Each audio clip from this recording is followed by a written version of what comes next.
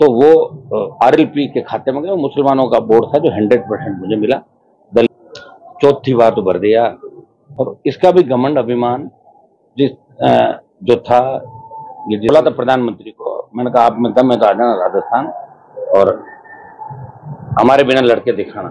जब मैं एनडीए से अलग हुआ था तब उन्होंने कहा था कि आप हमारी वजह से जीते हो, तो हमने कहा आप आना और इस बार अपने जो आप कह रहे थे कि वे हैट्रिक पूरी करेंगे वो करके दिखाना। वो हैट्रिक हमने पूरी नहीं करने दी। निश्चित रूप से राष्ट्रीय लोकतांत्रिक पार्टी के जवानों ने पूरी ताकत लगाई कांग्रेस पार्टी को जिताने में, और कांग्रेस के कार्यकर्ताओं ने, नेताओं ने नागौर के अंदर मुझे जिताने के लिए पूरा दमखम लगाया। और उसी का परिणाम है कि ज्योति मिर्धा जो धनबल के साथ, जिसने यहाँ 100 करोड़ से ज्यादा रुपया खर्च किया होगा इस चुनाव के अंदर, हमने तो देखा हर जगह, और जिस तरह ठेले भर भर के आ रहे थे, कोई उनको चेक नहीं कर रहा था, कोई पकड़ नहीं रहा था। सीएम से लेके पीएम तक चिंतित थे कि ज्योति जीतेगी। ऊपर भी भिड़वे गई था, उन्होंने नागौर की सीट को बीजेपी के खाते में लेकर रखा था कि बाकी हम जीते हैं नहीं जीते, लेकिन नागौर हम पक्का जीतेंगे। तो ये बीजेपी के बड़े नेताओं की हार है। हमारा जो मिलके हम लोग लड़े पहले ही दिन से, जब हम सारे लोग आए थे और पहले दिन जाकिर साहब के घर पे बैठ के, जिस तरह विधायकों से, पूर्व विधायकों से हमने बैठ गए, इन जिलाध्यक्ष के तौर पर सब लोगों ने मिलकर काम किया। और वो काम लगातार स्पीड से हम लोगों ने किया। 500 से ज्यादा रैली, गांव, पंचायत, जब मैं खुद व्यक्तिगत रूप से उपस्थित हुआ, उसका फायदा भी हमारे को मिला।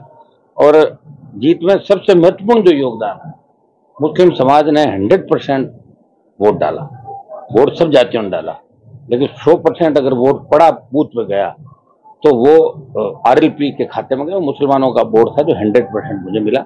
दलित, जाट, तमाम जो ओबीसी की जातियां, सर्व समाज ने वोट डाला, लेकिन 100% अगर वोट दिया तो मुसलमानों ने 100% वोट राष्ट्रीय लोकतांत्रिक पार्टी को। मैं सारे समाजों को आश्वस्त करना चाहता हूं कि मैं सबके लिए लड़ूंगा, प्रयास करूंगा, और सबके विकास की हम बात करेंगे, चाहे दलित हो, मुस्लिम हो, किसान हो, जवान हो, सर्व समाज, जिन्होंने कईयों ने सहानुभूति रखी, वोट नहीं दिया तो आशीर्वाद दिया, कईयों ने पोलिंग ज्यादा नहीं की, वो भी मेरे लिए तो फायदा हुआ।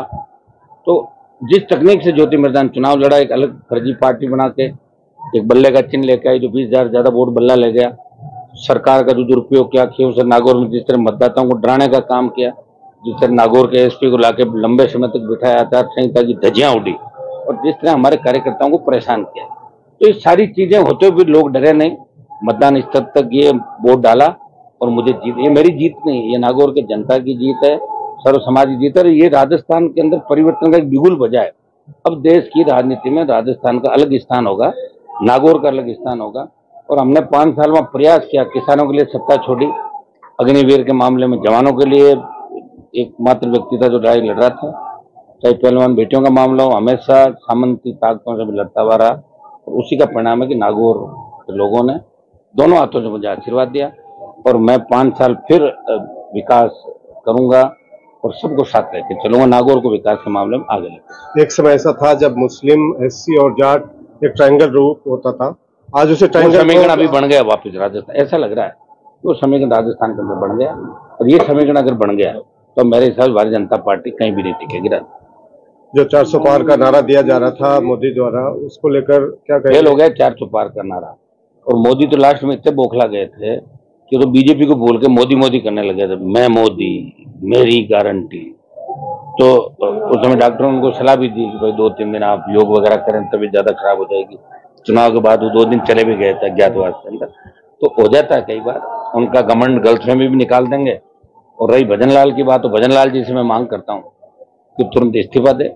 इतना बड़ा नुकसान, ये तो कांग्रेस अगर आरएलपी से अलायंस कर लेती विधानसभा चुनाव से पहले तो 140 पार सीटें आती राजस्थान के अंदर, वो चीज हमें खलेगी। लेकिन लोकसभा चुनाव के अंदर फिर जो हम सब लोग साथ बैठे, उसका परिणाम अच्छा मिला, सुकून मिला, और एक दूसरे की मदद हम लोगों ने खूब। नागौर के लिए क्या प्राथमिकताएं रहेंगी जो पहले कार्यकाल? सड़कें, स्कूल, रेल, पीने का पानी, चाहेंगे खेत के सिंचाई का पानी बहे, जो बचे हुए काम है वो पूरे कराएंगे। मकराना का बड़ा रोल रहा, उनके लिए क्या कुछ विशेष? संगमरमर उद्योग को कैसे बढ़ावा मिले, एमएलए साहब से बात कर लेंगे।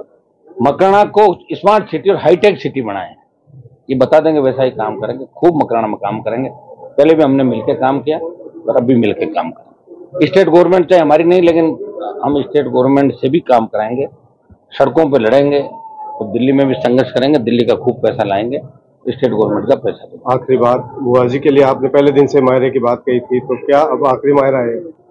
चौथी बार तो भर दिया। 14 में जब मैं लड़ा तब हारी थी, 19 में हराया, अभी हरिंदर मृदान हराए विधानसभा का चुनाव, चौथा चुनाव हार गई, 5वां फिर आएगी, फिर हराने के लिए लोग तैयार हैं।